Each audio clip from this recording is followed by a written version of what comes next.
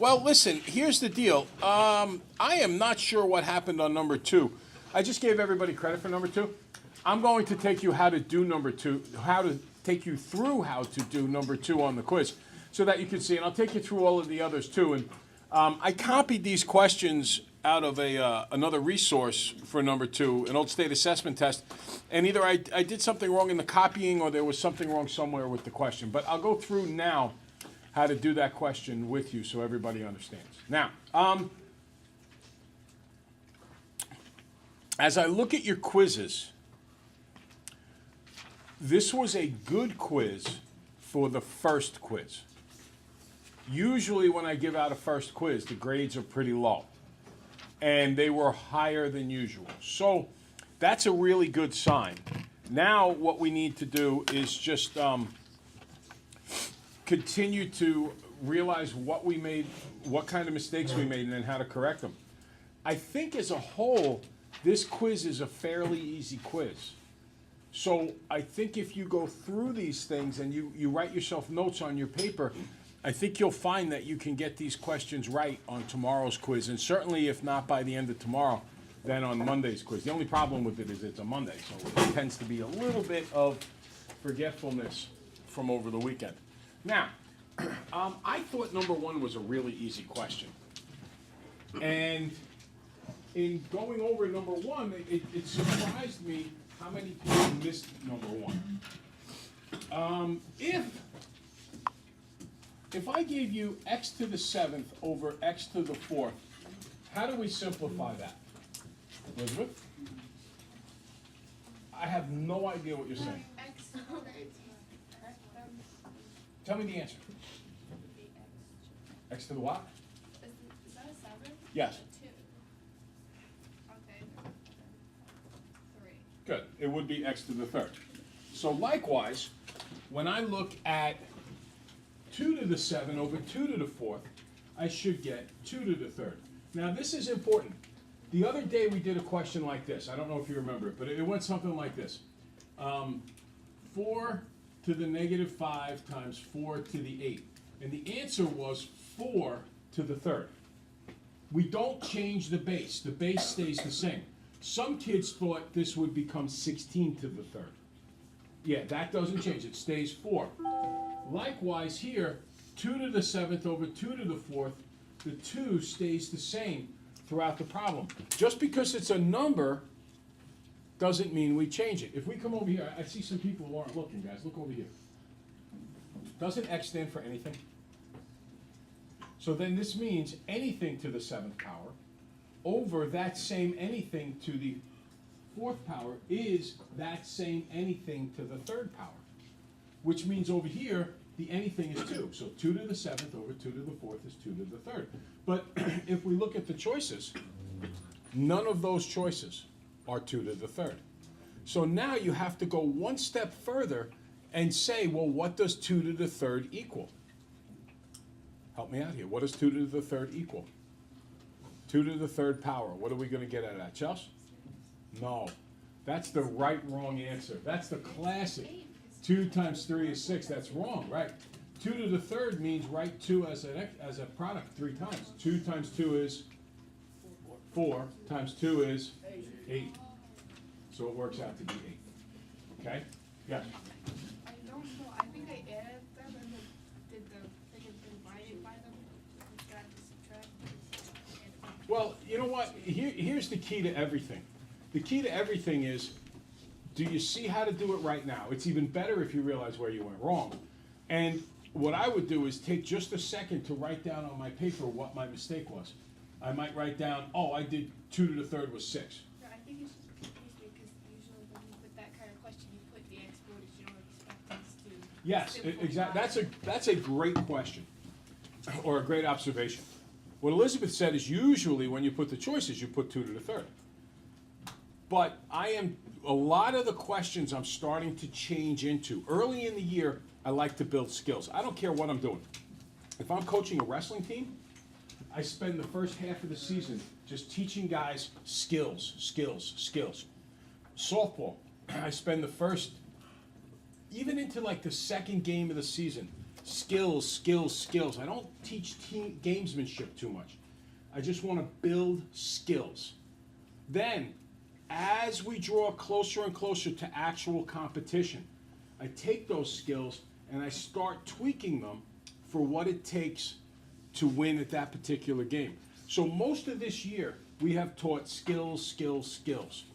But now, what I'm doing is gathering sample state assessment questions, looking at the way they like to ask questions, and showing you that. So I don't think number one is hard, but it is a different way to ask the same question. And I will be sure, because I found a question like this in the sample questions, to give you questions that are similar to what you can expect the state to ask. Now, I asked yesterday what you guys thought you would do with respect to taking the state test, and the vast majority of you said that you're going to opt out. And I mentioned to you that I respect your decision any way you want to go with it. If you want to opt out, I'm totally cool with that. If you want to opt in, I'm totally cool with that. But regardless, it's very important for you to understand that you are going to get a final exam at the end of the year. And there is, that by that final exam, I mean at the end of June, not the state test. That's the state assessment, that's the one you can opt in, opt out, and so on. That one in June, you can't opt out, you cannot opt out of that test. That's part of your grade for the year. And a question like this is going to be on there. All right? The cool thing about that test is I do get to see it ahead of time. So I'm going to have a pretty good idea of exactly what you're going to be expected to get down pat, and we can tailor our review a little more specifically than we can. I never give you the questions that are on the final exam. I think that's wrong. But I do make sure that all of the skills are taught so that when you see the question, you're able to handle it. All right, number two. Now, I said before, I took this right off an old sample test. And this is the same thing Elizabeth was just talking about. We've done a ton of multiply scientific notation questions. But if you look here, what you see is one number in scientific notation and one number in regular notation. So to do this, you need to convert to scientific notation, and that's going to be 9.005 times 10 to the, I got to move it two places, 10 to the second, times 2 times 10 to the 8th. Now we multiply here, 9.005 times 2 is going to be 18.01. Then it's going to be times 10 to the 10th. But that's still not in scientific notation.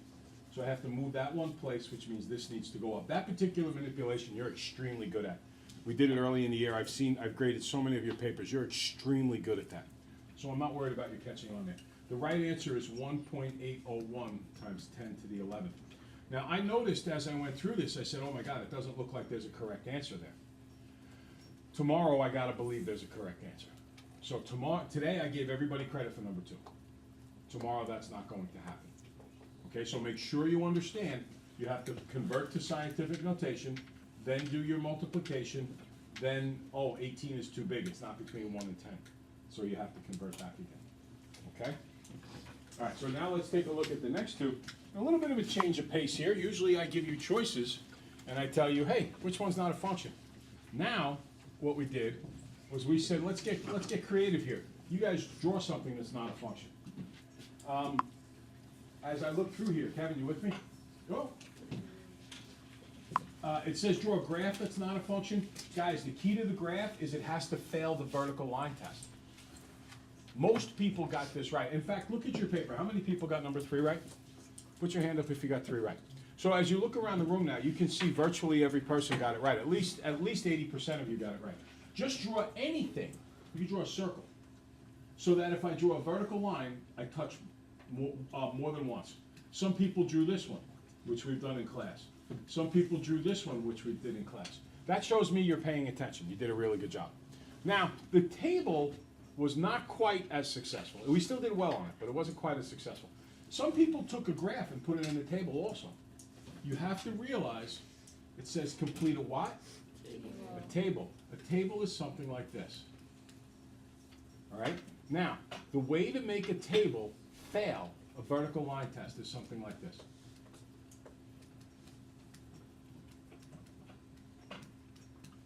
You have to have something in the X that's there more than once with 2 different Y's. So what I looked for was somebody to have something repeated. I don't care where it's repeated, I don't care what number's repeated. I just care that it's repeated. So this is not a difficult question. Kevin, you with me here? Because this is really easy. And if you got number 4 wrong today, I think if you're paying attention to this, you'll get it right tomorrow. Now I'm gonna pause for just a minute, and if you got number 4 wrong, or 1 or 2, let's take a second to just go back and write yourself a note. Write something like, oh, the X guy, the input guy, has to have 2 different outputs, so you have to see the input twice. Some kind of note that reminds you of where the problem was. All right, so I'm just gonna stop here for about 20 seconds and let you do that.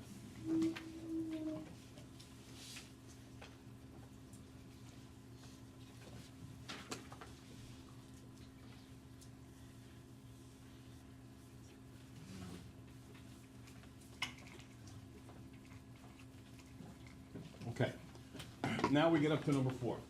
Write the function rule for the table below. I thought this would be a pretty challenging question.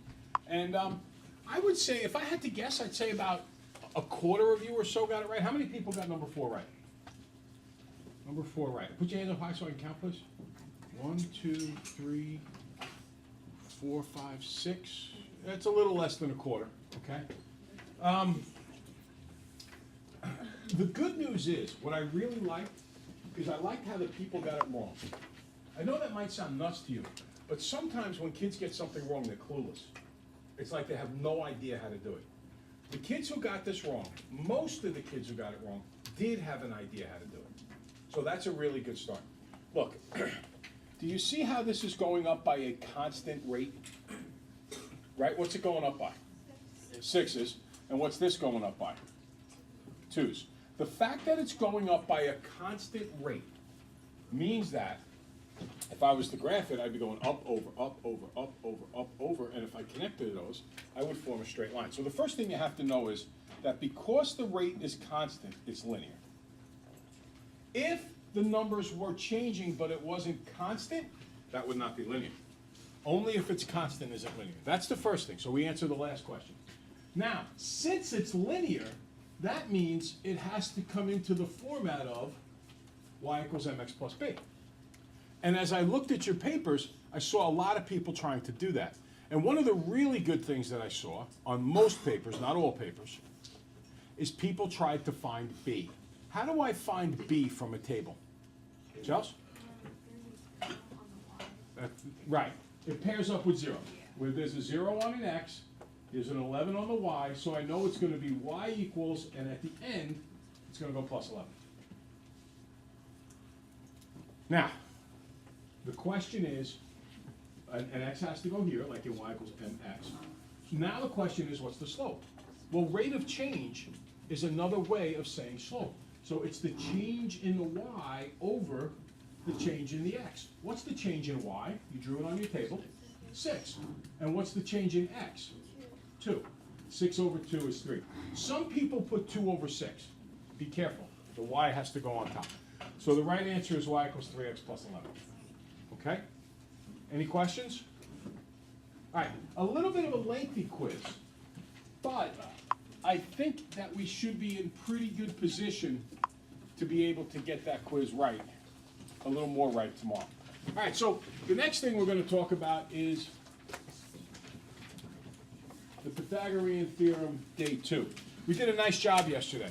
We almost finished the same number of questions that the other class finished. So that means we're in good shape. So you'll notice that today's swirl is all about the words leg and hypotenuse and understanding what those words mean. Can somebody tell me on that triangle that you have there, the 3, the 4, and the 5, which side is the hypotenuse, the 3, the 4, or the 5? Jeff, what do you think? 5, very good. The way we're going to find the hypotenuse, guys, this is extremely important. Jimmy, you're not even looking here, pal. Right? Mike, you with me? The way we're going to find the hypotenuse, we draw the right angle, and then we draw the arrow across, and that is always our hypotenuse.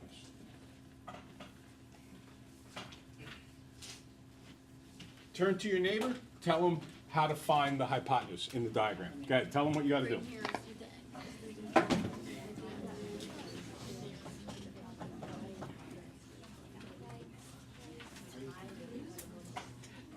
Okay, now, as we take a look at the right triangle, what do we call the sides that are not the hypotenuse? Everybody? Legs, very good. All right, so the first, oh, I don't even need the square there. The first thing we have to realize is, how do we determine the leg? How do we determine the hypotenuse? And we just did that. My question? Okay, so that's the first skill that we need. Now, once we have that skill, the next thing that we need to be able to do is we need to be able to solve using this particular skill. I'm going to do the first one, and then I'm going to do the second one, or the last one. And if we have time, we'll start this very complicated looking question, and it really is a very complicated looking question. All right, this one here. I don't know if you're whistling on purpose or if you're whistling by accident, whomever is whistling, but you gotta understand something. In this room right now, you may not feel like learning, but I promise you that most people here do want to learn, and they want to succeed. And that stops it. And it's about as rude as it gets. Now, which side here is going to be the hypotenuse? The 6, the 9, or the n? Elizabeth? The n, very good. Now, here's my right angle. There's the side that's n, so that's the hypotenuse. So it's going to be leg squared. Remember the formula. Leg squared plus leg squared is equal to hypotenuse squared. So the first leg is 6. The order of this does not matter. The second leg is 9. And the hypotenuse is n. So 6 squared is 36. 9 squared is 81. N squared is right there. So I get 36 plus 81 is equal to n squared. Okay? What's 36 plus 81? 117. So 117 is equal to n squared. I just add them up like it says to. See, this is a same side, same operation situation. Since they're on the same side, and since you can add them up, I do that. 36 plus 81 is 117. But the answer is not 117. Look at what this says. Jalen, it says 117 is what? N squared. I have to know what n is. So today we learned something slightly different. I'm going to square root it just like we did yesterday. The square root of n squared is just n. And our answer is going to be the square root of 117. And just leave it at that. What was that? No, we did. Remember we did like the square root of 100 was 10? Yeah. But the ones we did yesterday were all perfect numbers. Numbers you can find the square root of. Today we're going to give you ones that you can't. All right, so you just leave the answer square root of 117. If you do not know how to find the square root, then you just leave it, square root of 117, because we can't get that square root. Let's take a look at the last diagram. As I look at the last one, everybody draw your right triangle, your right angle in there, and then identify what the hypotenuse is. So here's my right angle. There's my hypotenuse. So what should my equation read? What should it say? What squared plus what squared is what squared? Chelsea, what do we get? N squared plus 10 squared is 14 squared. Very good. Now this is weird. This is the first one we've done. Now we did 2 or 3 yesterday. We've done 1 so far today. And we've never had the n on the left side. But we do sometimes. The n doesn't always go on the right side. The hypotenuse. So I'm going to get n squared plus 100 equals, and then it's going to be 14 squared. And I think 14 squared, I want to say it's 196. It is 196. Very good. Okay. So I get n squared plus 100 is 196. Right? 140, 56, yeah. Now, what do I do next? Subtract what? 100, good. Minus 100, minus 100. N squared equals, what's 196 minus 100? 96, good. Now, do you know the square root of 96? Do you? Does anybody know it? No, I don't know it either. So what we're going to do is square root both sides, and the square root of n squared is n, and I'm just going to leave it the square root of 96. tomorrow we're gonna get our calculators and we're gonna show you what that would be if you rounded it off. Okay? All right. Now, one last thing. You can also do the Pythagorean theorem on three-dimensional figures. Here is an old sample question.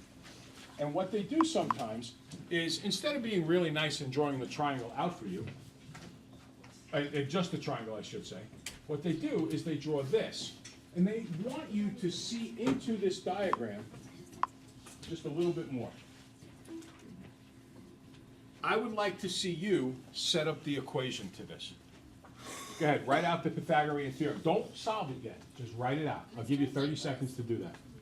Jason, let's go, come on. I thought that, like, the triangle had to be the other way. Have to be, oh no, it can be any way it wants. I can draw it like this if I want to. All right, the whole key, Rena, is find that right angle, draw the arrow across, and label the hypotenuse. Once you do that, it's easy. If you don't do that, it gets tricky.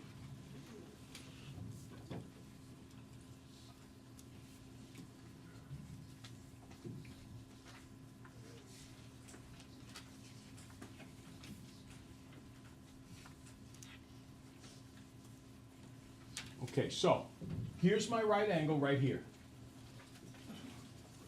I draw a cross, that becomes my hypotenuse.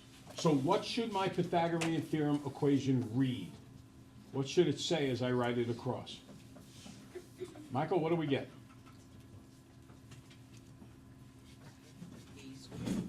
8 squared plus what? Plus 18 squared. Nice, equals what? X squared. Very nice, perfect. 8 squared plus 15 squared is equal to x squared. Now, 8 squared, 64.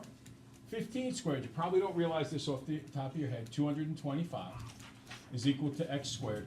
And here's why tomorrow when you walk in the room, you're going to be able to grab a calculator. 64 and 225 is 289, and kids do not walk around with this in their head. X is 17. All right, hasta la vista, vaya con Dios, toodaloo, ta-ta. Arrivederci, smile a lot, ciao, arrivederci, adios amigos y amigas. Cheerio! Rena, you gotta wake up earlier in the morning. I was up at 5:30. I was up any earlier. Well, then, what is it, dress down day here or what? Sure. All right.